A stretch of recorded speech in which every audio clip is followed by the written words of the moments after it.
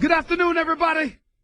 Welcome to the latest edition of the Stephen A. Smith Show, coming at you as I love to do every weekday afternoon, right here on ESPN Radio, 98.7 FM New York, 710 ESPN LA, and of course, ESPN Radio, Sirius XM, Channel 80, 866-729-ESPN is always the number to call up. That's 866-729-3776. What a game! What a game! Unbelievable. I got to tell you something right now. I picked the New England Patriots to win this game, but I'm not going to front. I was damn close to giving up on them. I pretty much thought they were done 28-3, specifically after that pick six by Tom Brady. I didn't know what was going on. To say that I was shell-shocked doesn't even begin to describe the emotions that were resonating with me. I got to tell y'all, I didn't see it coming. I mean, Atlanta came out, first of all, the way Devontae Freeman and Tevin Coleman were running the football. My attitude was give them the ball all damn day. All day. Why are we wasting time? Give them the ball.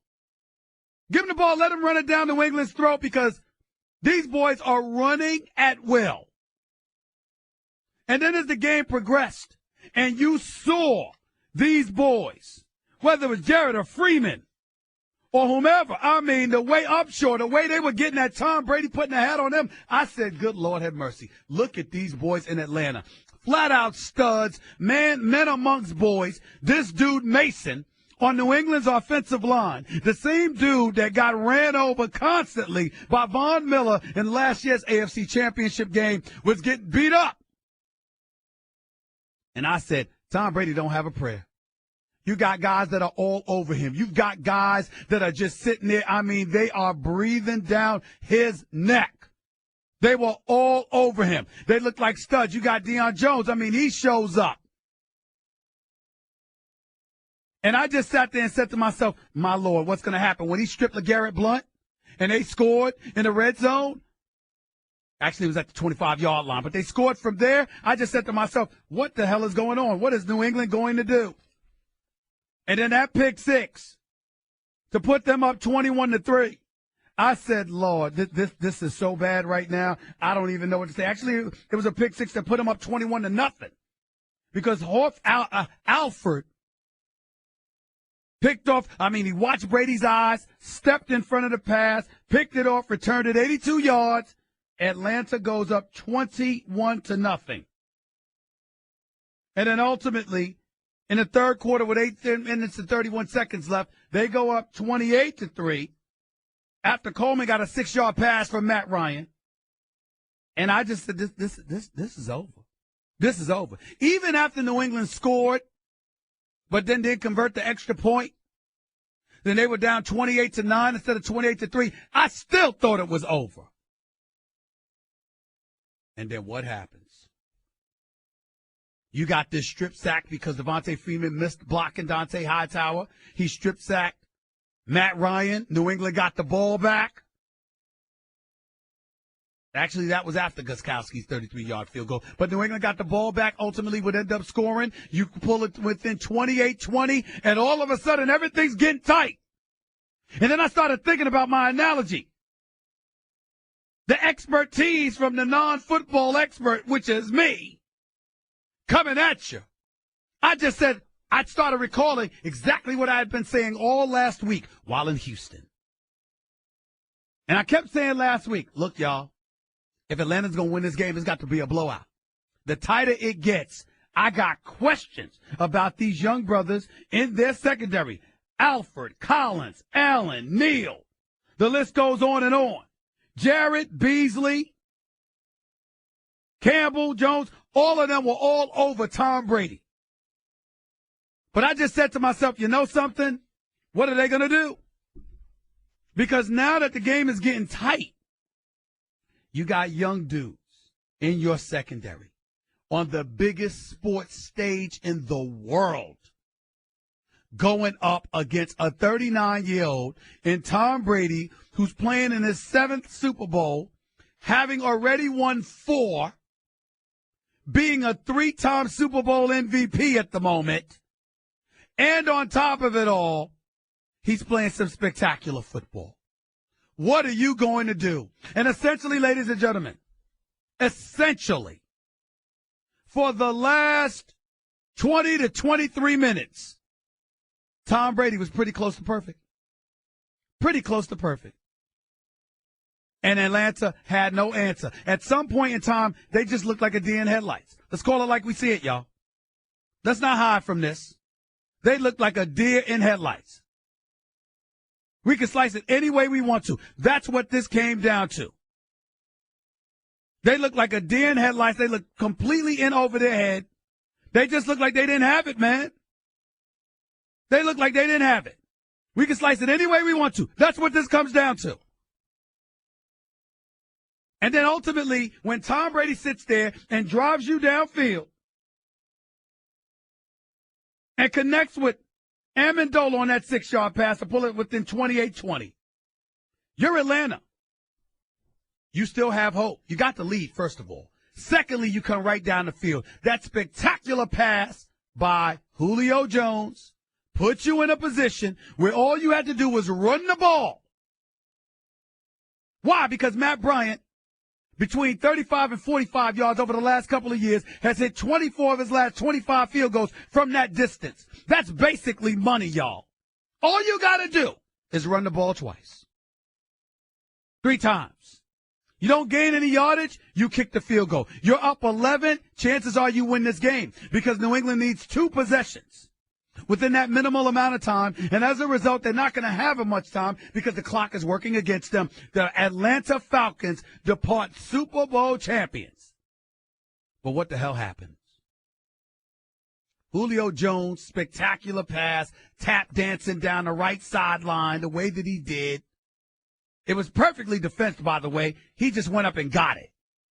Next play. Run and play to Devontae Freeman, -1 yard. What does Kyle Shanahan do? What does Dan Quinn, the head coach for the Atlanta Falcons, allow his offensive coordinator to do?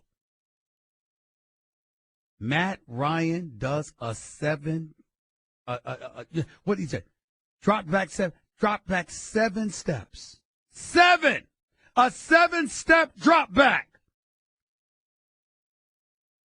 Gets sacked. Loses 12 yards.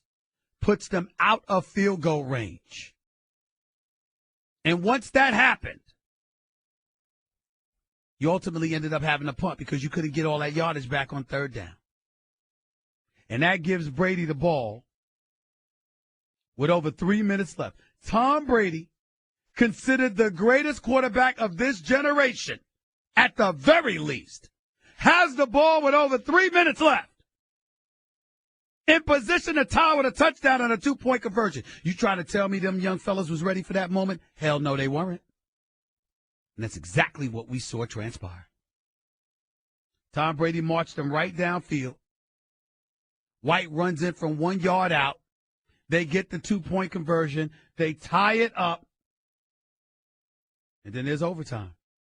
And by that time, we all knew it was over. The second the coin toss was won by New England because they would keep the ball, and as a result, Tom Brady wasn't going to let them get the ball back, even though that defense for New England showed up. Because if you take away the fumble from LeGarrette Blount, if you take away the pick 6 from Tom Brady, that defense held Atlanta to 14 points. 14 points! Which brings in the question which brings into focus a whole bunch of questions. Tom Brady deserved to be the MVP, or did James White deserve it? How are you feeling about Matt Ryan right now? Who do you blame most for Atlanta for this loss? Or do you not even think about that because you want to pass all the credit along to the New England Patriots? Whole bunch of questions. I've got some answers. You're listening to the Stephen A. Smith Show, Sirius XM, ESPN Radio, Channel 80. 98.7 FM, 710 ESPN LA. 866-729-ESPN is always the number to call up. That's 866-729-3776. By the way, the biggest medical center on earth isn't found on the East Coast or the West Coast. It's found in Houston, Texas, America's 3rd coast. Houston is home to the Texas Medical Center, or as they call it, TMC.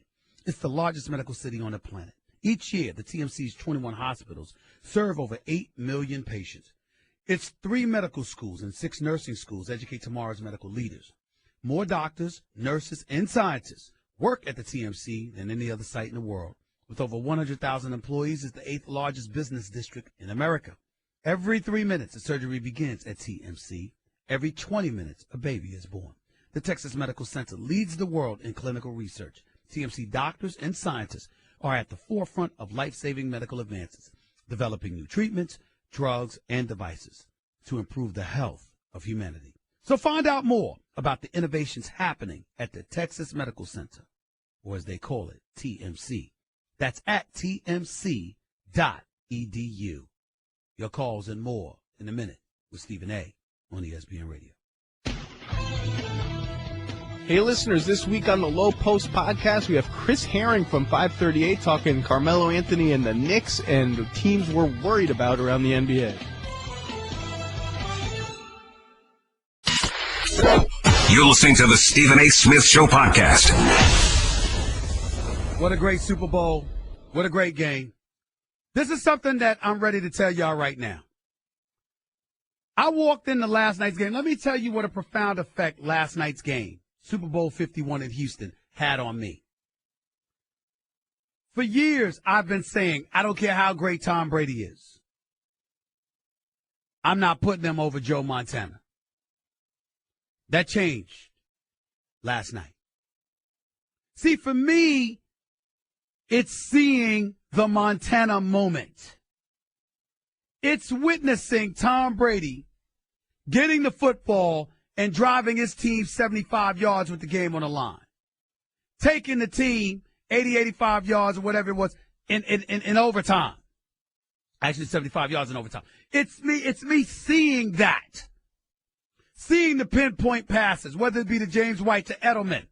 And by the way, that was a great miraculous catch by Edelman, but the catch before that was sensational as well. It's seeing Chris Hogan smart enough to come back to the football to prevent Tom Brady's pass in the flat down on the left side from getting intercepted. It's seeing these boys playing against some Rough Riders in Atlanta and literally wearing them down. Now, you're going to look at several things, and you're going to have people tell you about several things here. They're going to look at several things, and they're going to use that as fodder to express to you that Atlanta was exhausted. New England ran 73 plays on the night. Atlanta had just 46 plays. New England had 20 more first downs, 200 more yards of offense, 40 more passing attempts, and held the ball for 17 more minutes. So you're going to look at that, and you're going to say to yourself, come on, Stephen A., Atlanta was just exhausted. The greatest stat that possibly tells the story is that the Falcons getting pressure on Tom Brady. They got pressure on him 17 of his first 37 dropbacks, but then only got pressure on him in 6 of his last 30 dropbacks. So because of that, and let me not act like I knew all of that. My producer extraordinaire, Jonathan Winthrop and Nuno Texiera, they put those out for me. I don't steal accolades for people. I give it to where it's due. Damn it, I didn't look it up. That's what they did. I'm just reading it to you. Because they're right. That's what happened. But let's be clear about something. That's not what I'm talking about. No matter how tired Atlanta may have been, that's not what I saw. I didn't see fatigue as their impediment. You know what I saw, John? You know what I saw, Nuno? I saw them dudes going like this. Oh, damn. Here comes Brady. That's what I saw. Oh, damn. Here comes Tom Brady. 466 yards passing. Tom Brady was sensational. This is the greatest performance I've ever seen on an NFL football field. I ain't going to lie to you. And to me, I've said this before and I'll say it again. Aaron Rodgers is still that bad man. Aaron Rodgers last night would have made plays that Tom Brady did it in the first half. I believe that. I believe as a talent, Aaron Rodgers, because of his ability to throw whether in a pocket or out of the pocket, is the greatest I've ever seen. But in terms of resume, in terms of what you do in big moments, in terms of what you have proven, Tom Brady's the greatest quarterback in NFL history. And you know the other amazing part about all of this? Are y'all ready for this? How many years have we sat here, guys,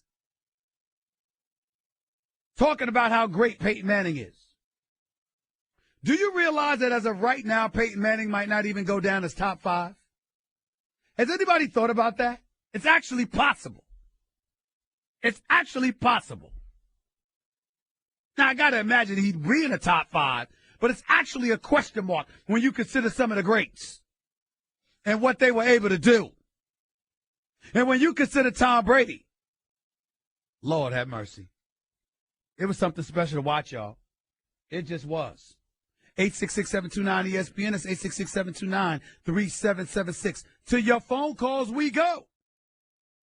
Let's go to Davidson in New York.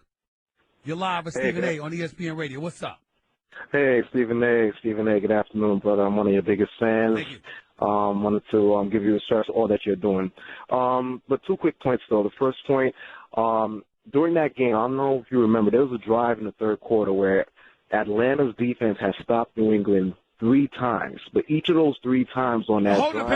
Holding penalties on all 3 occasions. All 3 occasions. I'm like, damn, how is that possible? Let me tell you why that matters. You know how sometimes you see holding penalties away from the play? Yes. The reason why I don't give you that excuse is because all 3 holding penalties were to receivers Brady was targeting. Yes. No, all I 3. agree. No, so that's relevant. Calls. That's relevant. Right. Those are legitimate calls, but it kind of just showed the experience on Atlanta's defensive side as well, because those are young cats as well. Let's remember that as well. Which is exactly what I kept saying, that young secondary was going to make mistakes. Right. And one more quick point before I let you go, Stephen A. Also, Matt Ryan had an opportunity to solidify the game as well.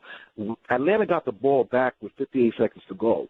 Granted, we had no timeouts left, but still, I question some of that play calling. But Matt Ryan had a chance to solidify himself as one of the best at the moment if he was able to just get us into field goal range. What do you think about that? Well, you're absolutely right. I think that Matt Ryan was the league MVP. 38 touchdowns, just 7 interceptions, a quarterback rating of 117, a QBR in the 80s. I think Matt Ryan had an opportunity to position himself to be seen as a first-tier guy. We still recognize that Matt Ryan is great. We still recognize that he's a big-time quarterback. My issue with Matt Ryan, more so than anything else, is that he blew the opportunity to be mentioned and equated in the same breath as Brady because he didn't get it done. Allowing yourself to get sacked, allowing New England to overcome a 28-3 deficit where your offense virtually did nothing because you got 3 or 4 consecutive 3-and-outs, you have something to do with that. Kyle Shanahan does too. And if I'm the 49ers, I'm looking at him right now, damn, I'm about to give you a 6-year deal. And this is what you give me? I'm looking at that. But that's just me. James in New Jersey, you're live with Stephen A. on ESPN Radio. What's up, James? Stephen A., how you doing today? I'm great. Thank you for calling. Talk to me. Appreciate it. All right, I'm glad you actually mentioned coaching because that's where I'm going with it. I'm a Tom Brady hater. I'm a Patriot hater. Got no qualm about it.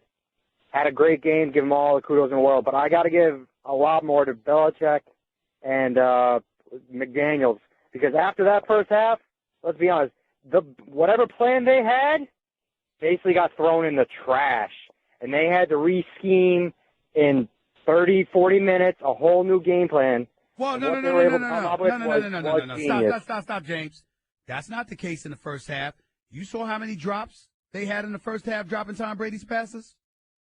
No, they definitely did, but I just feel like, especially on the defensive end, they weren't able to hold. Well, you mentioned Josh Atlanta McDaniels. at points. Atlanta was driving. They were scoring. You mentioned Josh. No. What game were you watching? They did drive and score, but also LeGarrette Blount fumbling, and then Brady with the pick 6. That's 14 points. They only gave up 7 points as an offense. They only gave up a legitimate 7 points in the first half, as far as I'm concerned. The other 2 touchdowns were put on Brady and LeGarrette Blount. And Josh McDaniels had them moving the football. They just messed up. 866-729-3776 is the number to call. That's 866-729-ESPN. You're listening to the Stephen A. Smith Show on ESPN Radio. Damian Woody, Super Bowl champion with the New England Patriots, NFL analyst for ESPN. He's up next with yours truly. Don't touch that dial. It's Stephen A. in the house, the ESPN Radio. Guess what? You're in the middle of the Stephen A. Smith Show podcast. Damn it, I mean it! Y'all don't know anything about this. It's like a jungle sometimes. It makes me wonder how I keep from going under. Y'all don't know anything about that. But my next guest does. And it ain't just because he's a Super Bowl champion.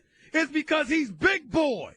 My friend, NFL analyst extraordinaire for ESPN, contributor to First Take, also Super Bowl champion formerly with the New England Patriots. The one and only Damian Woody is right here with Stephen A. on ESPN Radio. Big Tom, what's going on, man? How you doing? The game was amazing last night.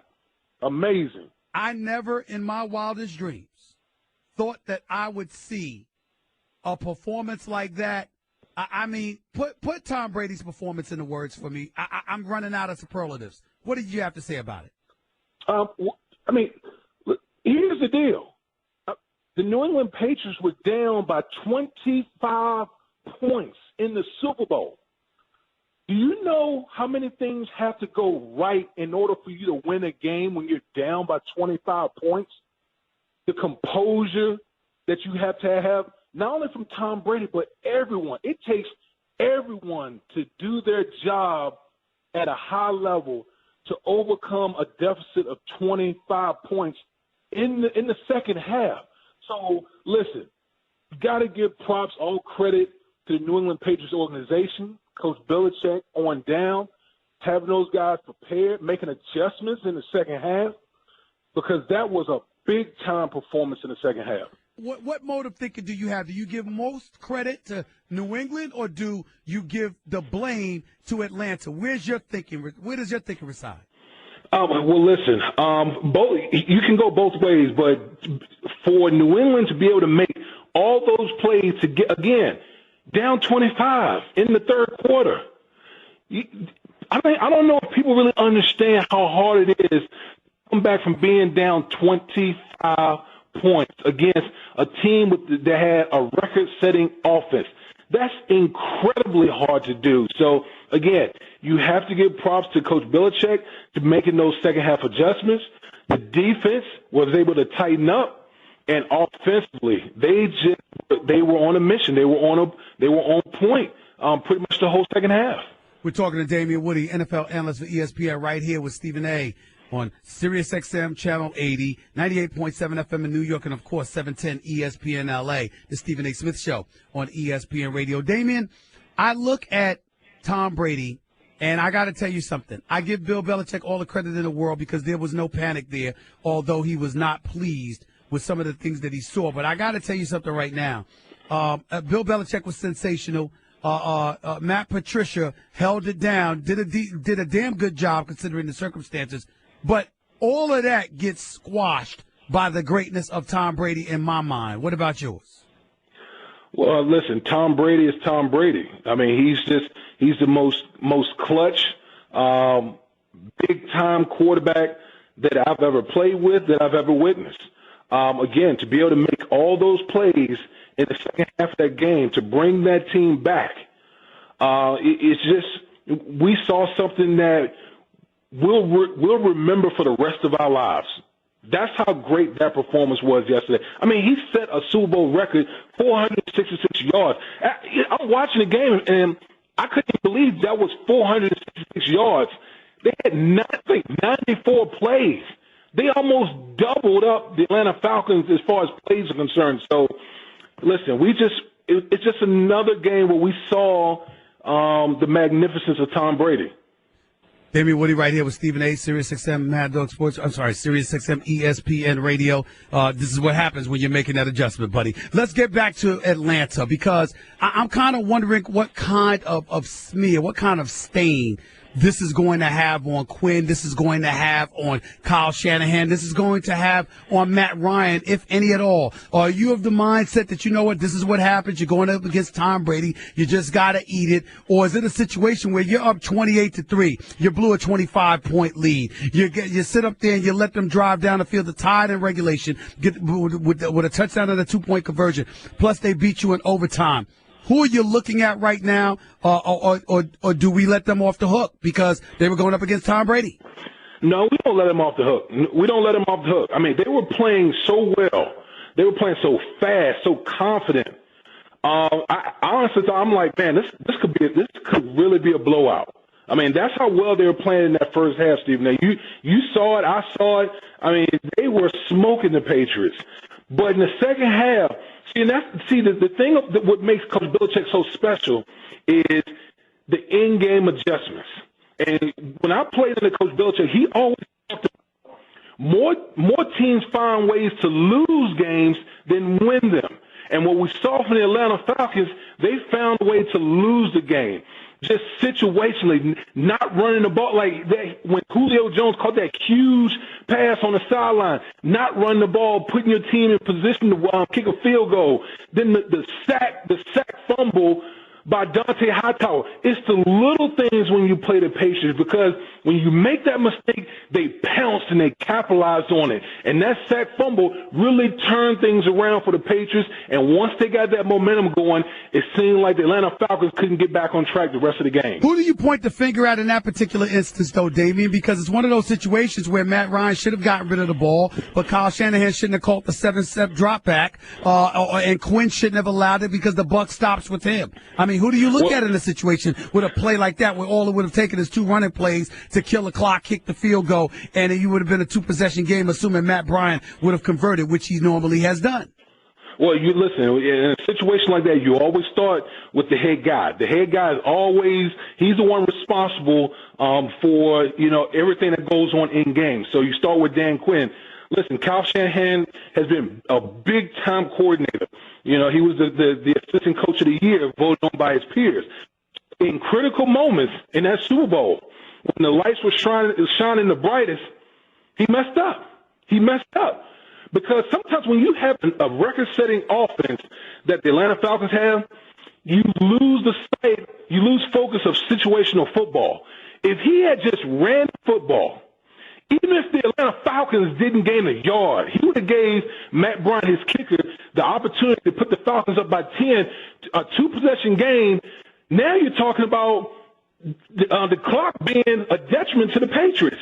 So when you look at the totality of the whole thing, you blame Dan Quinn. You can blame Kyle Shanahan. You can blame Matt Ryan, because as a veteran, you should know you can't take a sack in that area of the field. It just puts you out of field goal range. So all three of them deserve blame.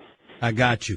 Damian Woody, before I let you get on out of here, I can't imagine a greater moment for Tom Brady than what we witnessed last night. Donovan McNabb is of the mindset he should just walk away and call it quits because there is no moment higher than this. What do you think? Hell no. Man, listen, the way he's been playing, man, like Tom always said, the next championship is always the best championship. So why man, keep playing until the wheels fall off. That's my suggestion. Always appreciate you, Damian. Thanks so much, buddy. Thanks a lot. Oh, thank you. Take it easy. The one and only Damian Woody, NFL analyst for ESPN, right here with Stephen A. on ESPN Radio. 866-729-ESPN is the number to call up. It's 866-729-3776. Back with your phone calls and more, talking about Super Bowl 51. I know a lot of you got some comments. I'm going to try to get to you. You're listening to the Stephen A. Smith Show, ESPN Radio. You're listening to the Stephen A. Smith Show podcast. Back to the phones we go right here on the Stephen A. Smith Show, ESPN Radio. The ultimate New England Patriots critic is a guy from Massachusetts. His name is Carlton, and he's on the line with yours truly right now. Good afternoon, Carlton. How are you? Oh, gosh. Oh, you're depressed because I know that Bill Belichick, once again, has proven to doubters like yourself and others wrong, displaying his greatness along with that of Tom Brady. Yet again, I understand it is hard for you, but go ahead. I'm despondent. The New England Patriots are the undead of the NFL. If you do not drive a stake into their evil hearts, they will keep coming back at you over and over again. And Atlanta had at least 6 opportunities in the last 20 minutes of that game to drive a stake in the Patriots' hearts, and they and they just failed repeatedly. You know, there were the 2 holding calls on Jake Matthews, the left tackle, both of which were within field goal range when they occurred that pushed them back. There was the sack on Matt Ryan that pushed them out of field goal range. There was Devontae Freeman whiffing on Hightower on the strip sack of Ryan, which gave him the short field. Keep going. And then on Tom Brady's last 2 touchdown drives, including the one in overtime, he gave them 2 opportunities to pick off the ball. Edelman was triple teamed on that magical reception of his. Alford got both hands on the ball. Then it bounces off of Alfred's leg, and then it bounces off These are things that happen.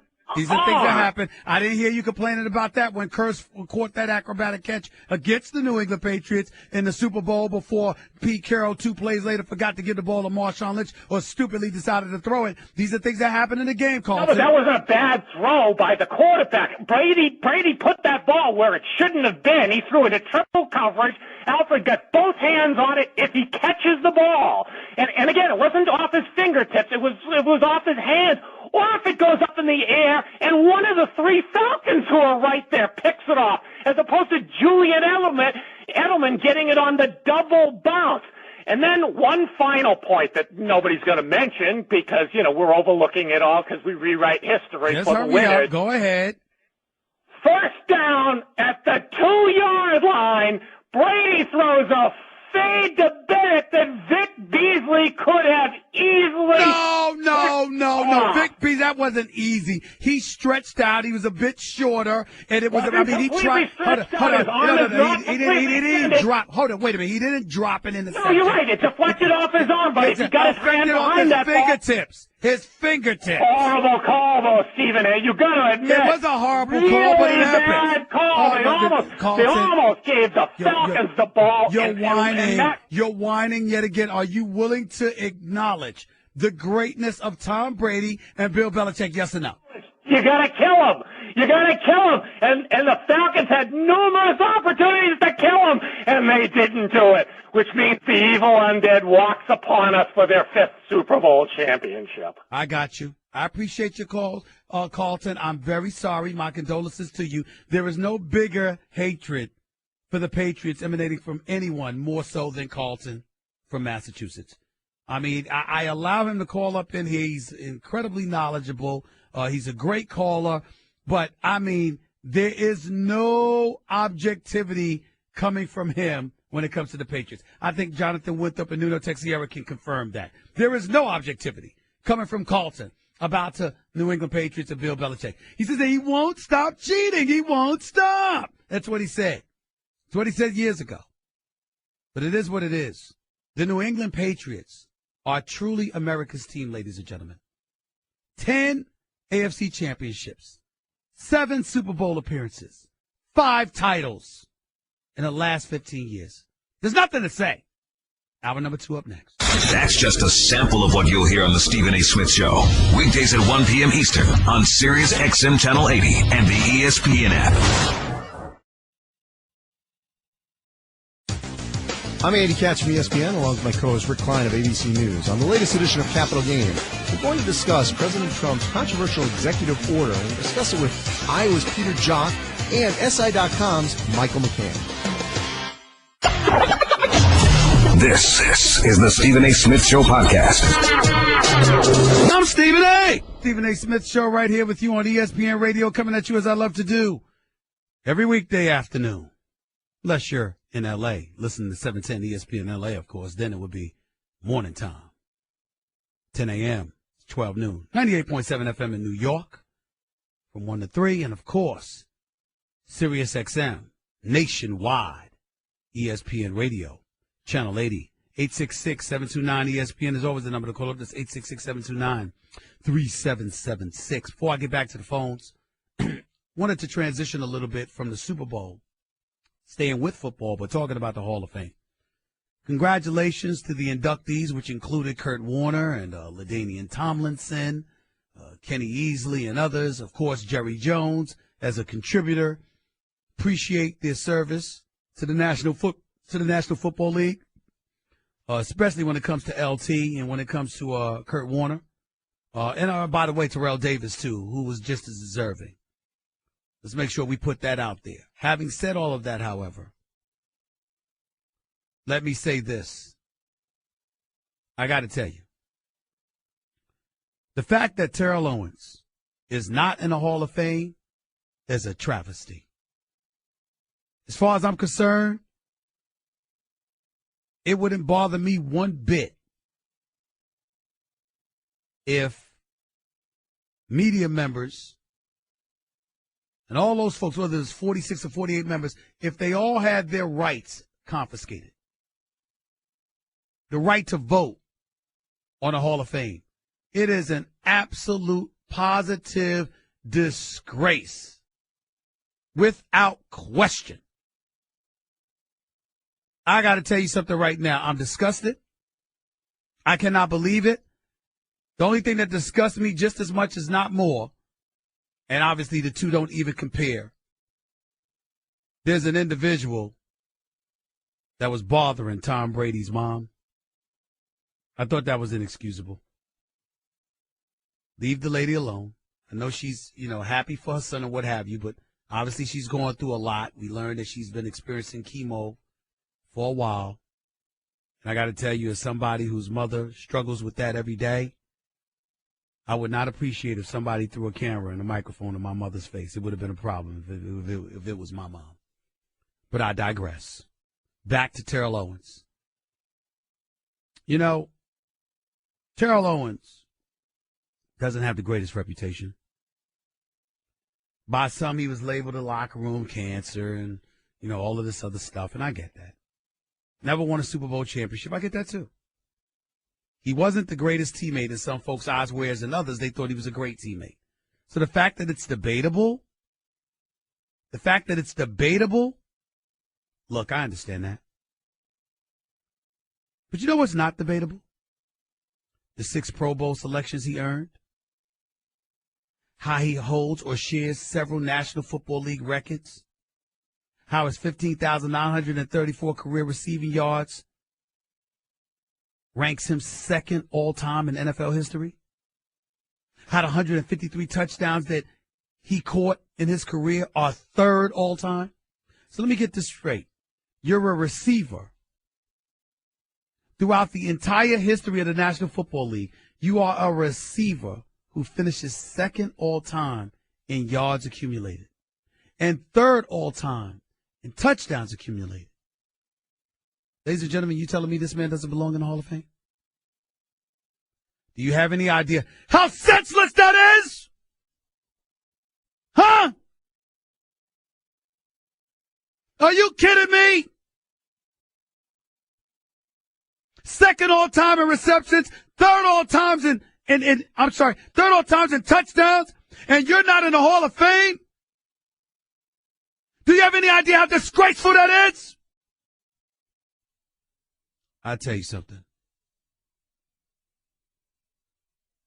I got to tell y'all something. You see, it's stuff like this when the moral police comes out there. This is why you despise the media. And I can't believe I have to sit up here and talk about my own brethren, the fourth estate, which I'm a part of. Ladies and gentlemen, let me get personal here. Contrary to what you may believe, I'm actually an incredibly nice guy. I mean, don't tell nobody, but it's true. I'm actually an incredibly nice guy. And I'll call it like I see it. Please don't get me wrong. But I swear to you, on the life of my mother, on the soul of my brother, with every fiber of my being, I have never, ever allowed whatever personal animus I may have towards a few people, only a few people that I've had that animus towards in my career, to affect my ability to see their level of production and judge them fairly and accordingly towards it. I'm good with T.O. T.O. and I are pretty cool. We just talked the other day in Houston. But even if we weren't cool, even if we didn't speak, I would never deny that the man is a Hall of Famer. I would never deny the record books he's a part of. And again, it's not because just I'm a nice guy. I mean, I'm a beautiful guy. I got a really good heart. I mean, don't tell nobody, but it's the truth. It really is. I mean, I handle my business at all, but I'm actually a really nice guy. Even if I was not, nothing would take away from me judging this guy accordingly. And for Terrell Owens, to be number 2 all-time in the record books in receiving yards, number 3 all-time with 153 touchdowns, for that man to be on the outside looking in at the Hall of Fame is a disgrace.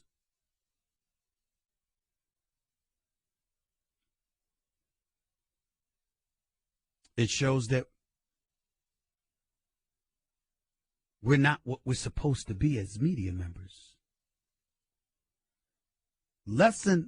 Far be it for me to say something, but then again, I could say it because, see, y'all see me, y'all listen to me on this radio station, y'all see me on TV, y'all forget the fact that I've been a reporter for 24 years, that I made my bones in reporting, that unlike dudes today who just get to go on the air and bloviate and pontificate and editorialize, I actually broke stories. That's how I got here. I actually broke news stories. I actually had a license and an obligation to disseminate objective news. I did it for over 15 years. To see people allowing their personal feelings to impair their judgment towards this man is disgraceful. This is America. We're supposed to be a land of meritocracy. We're supposed to be about the business of pursuing fairness and judging people according to their actions and their deeds. What has happened to us? All of yous. All of yous. What has happened to us? If you can ignore this man and the numbers he put up,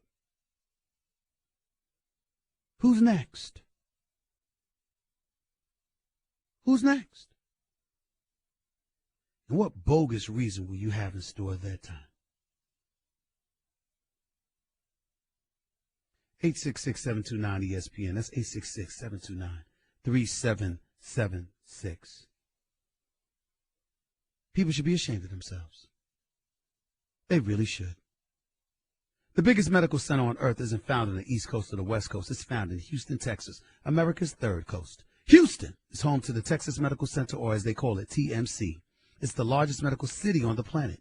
Each year, the TMC's 21 hospitals serve over 8 million patients. Its 3 medical schools and 6 nursing schools educate tomorrow's medical leaders. More doctors, nurses, and scientists work at the TMC than any other site in the world. With over 100,000 employees, it's the 8th largest business district in America. Every 30 minutes, a surgery begins at the TMC. Every 20 minutes, a baby is born. The Texas Medical Center leads the world in clinical research. TMC doctors and scientists are at the forefront of life-saving medical advances, developing new treatments, drugs, and devices to improve the health of humanity. So find out more about the innovations happening at the Texas Medical Center. You'll find it at tmc.edu.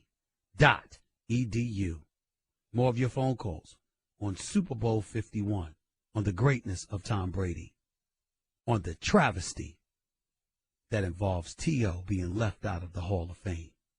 All that and more up next with Stephen A. on ESPN Radio. Hey, football fans, this is Mel Kiper Jr. on the latest First Draft podcast. Todd McShay. Chris Sproul and I discuss the Senior Bowl standouts and also weigh in on where some of the top-rated quarterbacks will land in this year's draft. You're listening to the Stephen A. Smith Show podcast.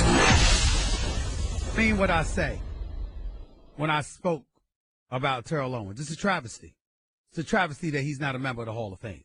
No disrespect to the entries that actually made it. But there's no way he should not have been one of them. By the way, congratulations to Dak Prescott. Basically, Offensive Rookie of the Year. Great performance by him. Ezekiel Elliott deserved major, major praise, no question about it. And, of course, we had a great Super Bowl. And, by the way, speaking of just a great year, hasn't this been a great year in sports? Game 7, Cubs winning the World Series. Game 7, LeBron coming back from a 3-1 deficit with the Cleveland Cavaliers and them knocking off the Golden State Warriors. You got all of that going on. So the Super Bowl, the national championship, which happened in the same stadium, when Villanova and Jenkins hit that game-winning shot to win the national championship over North Carolina. I mean, everywhere you turn, I mean, what a fantastic year in sports it has been. And the NFL basically saved itself scrutiny about diminished ratings and all of this other stuff. I mean, this Super Bowl was epic. How many people you think watched it? What was it, about 100, 110 million? I mean, how many folks? I don't know I think it was about 111 million people watched the Super Bowl. 111 million. All those are things we got to consider moving forward. Stephen A. Smith Show right here on ESPN Radio. Let's get back to the phones, man. Let's go to Ronald in New York. You're live with Stephen A. on ESPN Radio. What's up, Ronald? Hey, my brother. How you doing? I'm good. Talk to me. All right. I didn't call about the T.O. situation, but I just want to say, there are certain things that are ridiculous in sports. Sports writers who are allowed to hold grudges and cast votes, that needs to be eliminated. It's ridiculous that man is not in, but that's for another day. I just want to say, Stephen A., let me tell you something. I've watched sports for 56 years of my life, and, I'm a New Yorker. I lived in Atlanta for 32 years. I'm back in New York now. I'm a Cowboy follower.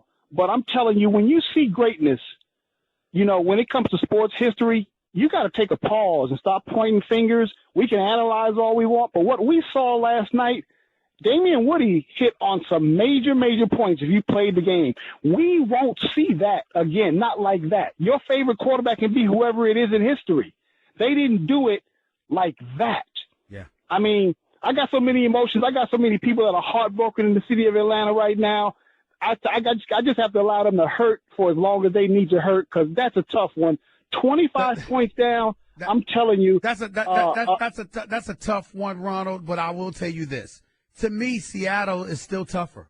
You're at the half-yard line with a Super Bowl championship on the line, and all you got to do is give it to beast mode. That's a hell of a lot different than going the last 22 minutes watching Brady's footsteps come closer and closer and closer to your own precipice. There's a difference there. There's a difference. Stephen, I'm with you. I'm with you. I'm telling you, with the dominance as you and I have you've observed, I put it out there last night. In what we saw for 2.5 quarters, we saw complete dominance as far as talent, speed, hunger, and all of a sudden, here came that man. And when you know that man is on the other side and he's coming, there's a thing when you play sports called momentum. I've seen momentum shift before, but I'm telling you, something happened, and with the leadership that guy provokes over those guys that he plays with, I got to give it to him as being the greatest, man. I got to give it up to him now, too. I kept holding out for Montana, but he gave me that Montana moment now. I can't hold it against him no more. He's got it for me. I appreciate the call, Ronald. Thank you so much. Andreas in Indiana, you're live with Stephen A. on ESPN Radio. Andreas, talk to me. Yeah, Stephen A. Huge fan. I'm so glad you're on ESPN Radio now, and I'm listening to you in my car in the XM 80. I just want to say something about Brady. I'm a huge Colts fan, so needless to say, I've never really liked Brady. Okay. Okay. But what he did yesterday, completely changed my mind about him. He is, without a doubt, one of the best, if not the best quarterback of all time. So, right? I only been in this country since 1990. I grew up in Germany, so real football was my thing. Now American football, I really, really love that sport. But I am just, my wife and I were flabbergasted by what transpired yesterday in that game. We all were. We all were. We sit here utterly amazed, Andreas. Utterly amazed. There's no question about it. You're absolutely right. Brady's the greatest. He's the greatest, Andreas. He's the greatest. Jason in Queens, you're live with Stephen A. on ESPN Radio. What's up, Jason? Hey, what's going on, Stephen A? No. Put some bass in your voice, man. Talk up louder, man. My listeners are listening to you nationwide. We ain't trying to hear you whisper. Come on, bro. Give it to me. My fault, man. Go ahead. Fault. Yeah. So I just wanted to touch on the simple fact that Devontae Freeman came out and said that was not his assignment to pick up Dante Hightower. And then Kyle Shanahan came out and said right after that it was his assignment. And I kind of have to lean towards the Hold on. What did Shanahan say? Shanahan said that it was Freeman's assignment. So they basically are going against what each other said. Well, that's not good for Devontae Freeman. That's not good for Devontae Freeman. I honestly feel like I would have to believe Devontae Freeman only because if you look at the play, it's not like he picked up Hightower and then left. As soon as the ball was snapped, Freeman ran off to go run the route. No, he didn't. He touched Hightower but didn't put forth the block. No, he did not do that. That is not accurate. He was supposed to block Dante Hightower. At least that's how it looked. He did not just run off. He literally clipped Dante Hightower, but it wasn't forceful enough. Not to mention the fact that the offensive coordinator is responsible for making sure everybody, so it ultimately falls on Shanahan because you're ultimately responsible for making sure everybody knows it. But I'll be damned if I'm going to believe Dante Freeman ahead of Kyle Shanahan on that one. Chances are the offensive coordinator knows what the hell he's talking about. Even so, as dysfunctional as the 49ers are, I don't think Kyle Shanahan should go out and throw his players under the bus like that. Well, again, wait. Again, you can't say that. Because if he just walked up on a news podium and said that Devontae Freeman was supposed to pick up Dante Hightower, that would be different. But if you're the offensive coordinator and you gave a player an assignment and that player goes out publicly and says it wasn't my responsibility to block, well, then now you've opened yourself to that critique because you were the one that put it out on Front Street that, you tried to imply that wasn't your assignment, that wasn't your job, when in fact it may have been. I'm not holding Shanahan accountable for coming to his own defense based on a public declaration by one of his subordinates. Absolutely not. Yeah, I'm going to go back and watch the tape. Thanks a lot, Steve. Thanks a lot. I appreciate it. 866-729-ESPN is the number to call up. It's 866-729-3776. Did the Patriots win it or did the Falcons blow it? That's the question for Super Bowl 51. Are you ready to elevate Brady to being the greatest quarterback of all time? That's another question for the Stephen A. Smith Show right here on ESPN Radio. And, of course, Terrell Owens not being inducted into the Hall of Fame. The moral police is out, and they make me want to throw up. More of your phone calls in a minute with Stephen A. on ESPN Radio. Guess what? You're in the middle of the Stephen A. Smith Show podcast. Damn it, I mean it! Back to the phones right here on the Stephen A. Smith Show on ESPN Radio. Let's go to Freddie in Philadelphia. You're live with Stephen A. What's going on, Freddie? How are you? Stephen A., God bless you. I love your show. I want to make two quick points. Number one, these coaches get paid millions of dollars. And for the life of me, I can't understand how you were up 25 points in the second half of the Super Bowl, and you got an MVP quarterback, you got two stud running backs, and you're not running the ball. Because if you run the ball, you win. If you can't, Tom Brady can't score if he doesn't have the football. Second thing I want to say. Bad call on Quinn's part and Kyle Shanahan's part. Yeah. No question. Go ahead. Second point I want to make. A while ago, you had Ray Lewis on your show, and I listened to Mad Dog Sports, and he talked about when Stuart Scott didn't die, he talked about how cancer didn't win. And I need to thank you because when I listened to that, my aunt was going through it at that time, and I ministered that to her. And ever since then, your show has become deeper than just sports. So I want to thank you because I learned that day that from Ray Lewis what he said that how he said that disease didn't win, it brought me to a level of understanding that life is bigger than just sports. And when I ministered that to my aunt, by the grace of God, she survived that. So I need to thank you for having him on that day because it got deeper than just sports in general. God bless you, brother. God bless you, Freddie. I appreciate the call. Thank you so much. Let's go to Daniel in New Jersey. You're live with Stephen A. on ESPN Radio. Daniel, how are you? Good, Stephen A. Big fan, by the way. Love you in General Hospital. Thank you, sir. Hey, I was getting ready to ask you that question, Danielle. How did I do Friday when I was on General Hospital? How did I do? You did good. You did good. You always have done good. I love it. It's always funny to see you on there. And I know you've been watching it forever, you said, By right? the way, thank you so much. I'll be back on Wednesday. Perfect. I DVR it. Thank you so much. Go ahead. Listen, I'm a huge Chiefs head. I'm a Packer fan, diehard. Aaron Rodgers the sun rises and sets on him. McCarthy, love him, their way. But you got to give props to the Patriots. Kraft, Belichick, and Brady. I don't think that we are ever going to see another quarterback forget 7 Super Bowls, but win 5. And he's not done. They're going to try and re-up him 3-5 more years. And I just, I'm not a Brady lover. I'm not a hater, but just got to give props to the whole organization. I just thought yesterday was great. I got to admit to you. I mean, I've gotten to that point. I think that Brady's the greatest. I still think that from a talent perspective, Aaron Rodgers is one of a kind. But in terms of resume, level of production, leadership, those kind of intangibles, Brady's on another level than everybody. He is the best in the business. By the way, while I have everybody listening, I mean, I always have everybody listening, Danielle. You know that. The thing is that you saw those loud boos that Roger Goodell received. You know what? He's got to take it. He's got to take it. And I thought that Brady and Belichick and everybody handled it with class, and they left it to Robert Kraft, the owner for the Patriots, to basically speak for them and what he said. We've been through a lot. Everybody knows that. Everybody knows why. And it was just something that was special, and I give a lot of credit where credit is due in that regard. Danielle, thank you so much for the call. I appreciate it. You take care of yourself. All right. Thanks, Stephen A. All right. Let's go to Andre in California. You're live with Stephen A. on ESPN Radio. What's up, Andre?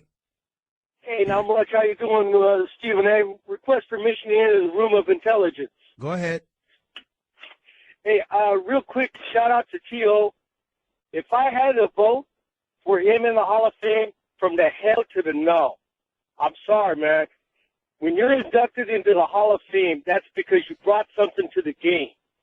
Did he make some accomplishments? Absolutely. Did he take away from the game? Most definitely. What did he take away from the game? He was a cancer. 3 different. How many different teams did he go to? Well, he went to the San Francisco. Every single one. Hold on. I'm going to answer your question.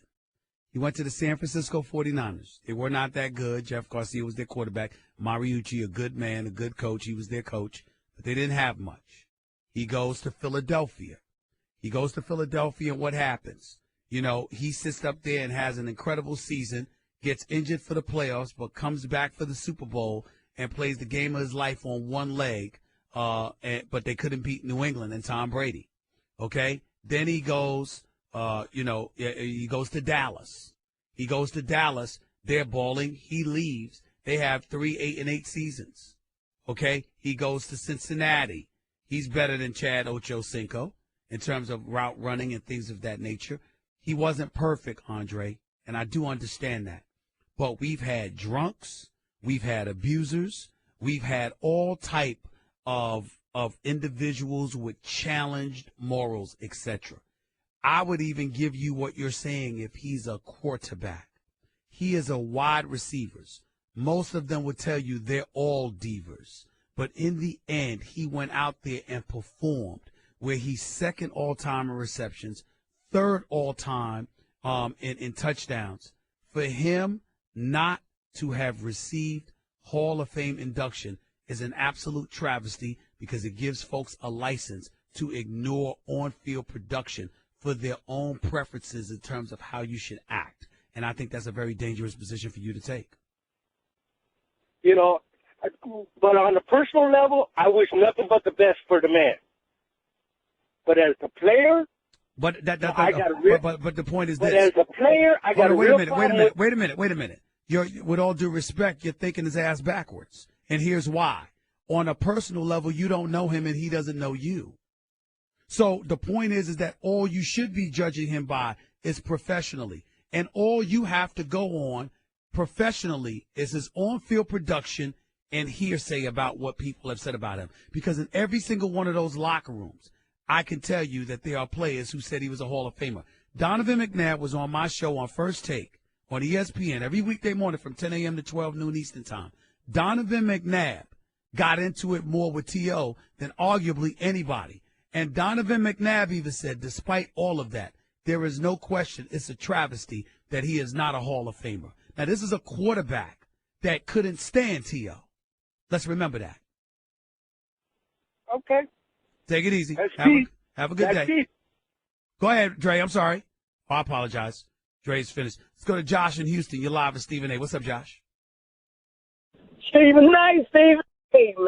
Man, what a game, brother. I mean, I was completely blown away. I was going for Atlanta, but I honestly have to say, I was going for Atlanta, but Tom Brady, because I've been a fan since back with Law and Woodhead and all of them, but he earned my respect. I mean, last night, he came back and took over a complete game like he was a basketball star coming down. This is football.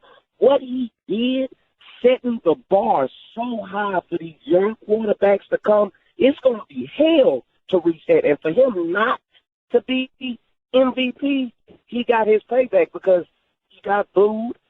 They won. He came back. And he has set the standard for NFL quarterbacks. If you want to be the best, that's what you got to achieve. I seen you on CNN, too, man. You look good over there. I appreciate that, politics, man. Thank you so much, man. I appreciate you talking about when I was on with Michael Smirkanish this past Saturday morning. I appreciate you, man. Thank you so much for the call. 866-729-ESPN is the number to call. That's 866-729-3776. Your phone calls to close out the show in a minute. Talking Super Bowl 51, the greatness of Tom Brady and Bill Belichick, the flaws of the Atlanta Falcons, and, of course, the Hall of Fame snub of Terrell Owens. All that and more up next with Stephen A., ESPN Radio.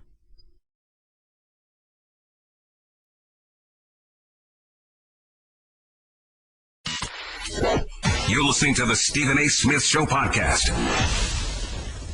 Right here with Stephen A. Smith on ESPN Radio, 866-729. ESPN is the number to call up. That's 866-729-3776, 710 ESPN LA, 98.7 FM in New York City, and, of course, Sirius XM nationwide on ESPN Radio, channel number 80. Back to the phones. Let's go to Lewis in New Jersey. You're live with Stephen A. What's up, Lewis? Hey, how you doing, Smith? I'm all right. Go ahead, man. Hey, man.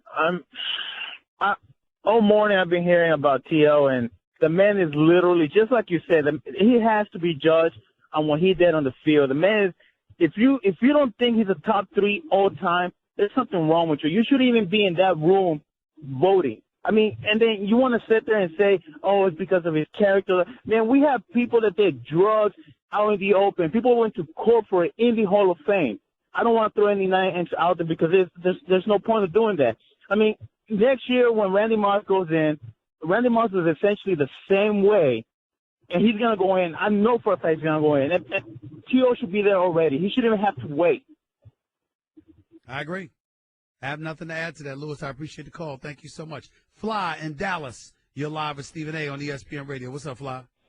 Hey, what's going on, Steve? Talk to me. Yo, I'm a born and bred New Yorker. I'm in Dallas right now, but I'm born and bred New Yorker, South Bronx. I ain't mad at you for that. No state income taxes. You save your money being down in Dallas. I understand. But, there's only one New York, baby. It's only one New York. Yeah, only one. They can check that. People come close, but they can't get it. There you go. But on the T.O. situation, man, it's like the last caller said. You got a lot of fellas that's gonna come up in the Hall of Fame eventually, maybe the next 10, 15, 20 years, man.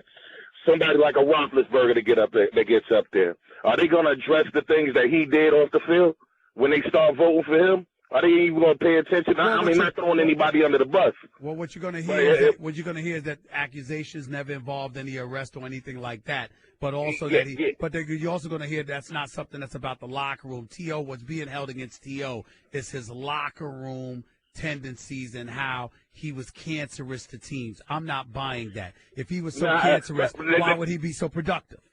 That speaks to the same thing I'm trying to say. When it comes down, I'm not trying to draw no line. I'm really not. but it seems like there's always a higher standard held for certain players, and I think you know what I'm talking about. Yes, I do. As compared to other ones. Yes, I do. Say the moral police, like you call them, come stepping out when it comes to certain group of players. Well, in fairness to my colleagues, somebody like Mike Golick on ESPN Radio this morning, with Mike and Mike, he said that. He was echoing the words moral police, and I totally agree with him. So I don't want to take credit away from him because he's the one that said that, because he equally feels, as I do, that it's an absolute travesty that Terrell Owens is not in the Hall of Fame. There are young kids coming out of college right now that could do anywhere half as well as Terrell did on the field. Judge that man on what he did on the field. Who cares what happened in the locker room? You got so many egos in the locker room, and nobody's going to get along with each other at all times. But when it comes down to what that man did on the field, that man is not only a Hall of Famer, he's a superstar, and it's going to be a long time before anybody comes out of college touching his records. I'm with you. I appreciate the call, man. Thank you so much. Let's go to David in Manhattan. You're live with Stephen A. on ESPN Radio. What's up, David? Hi, Stephen A. Love your show. Thank you. Go ahead, buddy. 2 questions. I've been a Miami Dolphins fan for over 35 years, since before Marino was in the league, and I just wanted to get your take on Jason Taylor making the Hall of Fame first ballot. And secondly, there was reports that came out before the Super Bowl that Bob Kraft and Bill Belichick discussed his retirement, and we know that Josh McDaniel turned down head coaching jobs. I was wondering if you think that he's going to be retiring maybe after next season, and that they're grooving Josh McDaniel to take over. I think that Bill Belichick loves football too much. I don't see him walking away. I see him sticking around for a few more years. Right. That's my position. I think when you get in a moment and you think about a high, like the high they got yesterday, you find yourself saying, how am I going to sit up there and eclipse this? I mean, I think that's what you do. But ultimately, I'm just of the mindset that, listen, man, I just believe, hey, Bill Belichick's going to be around. As for Jason Taylor, it's hard to argue with his career. He's had a 15-year career. The guy had 139 and a half sacks. Yep. 139 and a half sacks in his NFL career. And at least 6 seasons, he had double-digit sacks, including the league-leading 18 and a half in 2002. And 9 touchdowns. Listen, I can't say that, oh, my God, he comes across as that kind of a difference maker, but the numbers say he's a Hall of Famer. Right. Thanks a lot, man. I appreciate the call. Larry in Maryland, you're live with Stephen A. on ESPN Radio. What's up, Larry? Hey, Stephen, I was saying that you're right. T.O. should be in based on his numbers, but we've seen in the past how the media holds people out. Jim Rice was not a media favorite when he was in Boston. What about Eddie Murray? Let's not forget Eddie him. Murray. Yep. All great players in their rights in their own divisions, but the media didn't like them, so they didn't get him in. T.O. is deserving to be in the league, in the Hall of Fame. That's the bottom line. All T.O. stuff has nothing to do with nothing. That's the bottom line. I completely agree with you, Larry. Thank you so much. Andrew in New York, you're live with Stephen A. on ESPN Radio. What's up, Andrew? What's up, Stephen A? I want to switch it up a little bit. I want to talk about Dak Prescott and see your opinion on if he truly deserved the Rookie of the Year. Well, I think it should have been co-rookie. I think it should have been co-rookie of the year between him and Ezekiel Elliott. So my thing is, Ezekiel Elliott was a top 5 running back. He was one of the top 5 for MVP. So wouldn't that make him the runner-up, like the automatic decision for Rookie of the Year? I don't know. I think you're dissecting it a little bit too tough. I think they deserve co-rookie of the year, but I don't think either deserve league MVP. It's just that simple to me. Joe in Buffalo, you're live with Stephen A. on ESPN Radio. Real quick, Joe, go ahead. Hey, Stephen A. Just wanted to first off say thank you for all that you do, and I love watching and listening to all that you got to say, so thank you very much. Thank you. Go ahead. Hey, just wanted to get your opinion on when people say now that Tom Brady should retire, and here's my view on it, my quick point. I kind of compare him to Peyton Manning, where last year when he won the Super Bowl, I think he needed to retire. He left everything out there. He left it all out in the field. And I think Tom Brady, to tell you the truth, I think he's got 2 to 3 more years to him. All right. I appreciate the call. Joe, I agree with you. I think that Tom Brady looked like he could go 2 or 3 more years, at least. Unlike Brady, who desperately needed to retire because physically he seemed beat up and definitely compromised, that's not the case with Tom Brady. Tom Brady threw for 466 yards in a Super Bowl. Tom Brady was absolutely sensational. Tom Brady looks all world, looks like the best football player ever. And he still has more to go, more ways to go. I'm sorry. If I'm Tom Brady, I'll stick around too. I'm enjoying playing the game. I'm getting paid for doing it. Why not stick around? Why not stick around? I'll holler at y'all in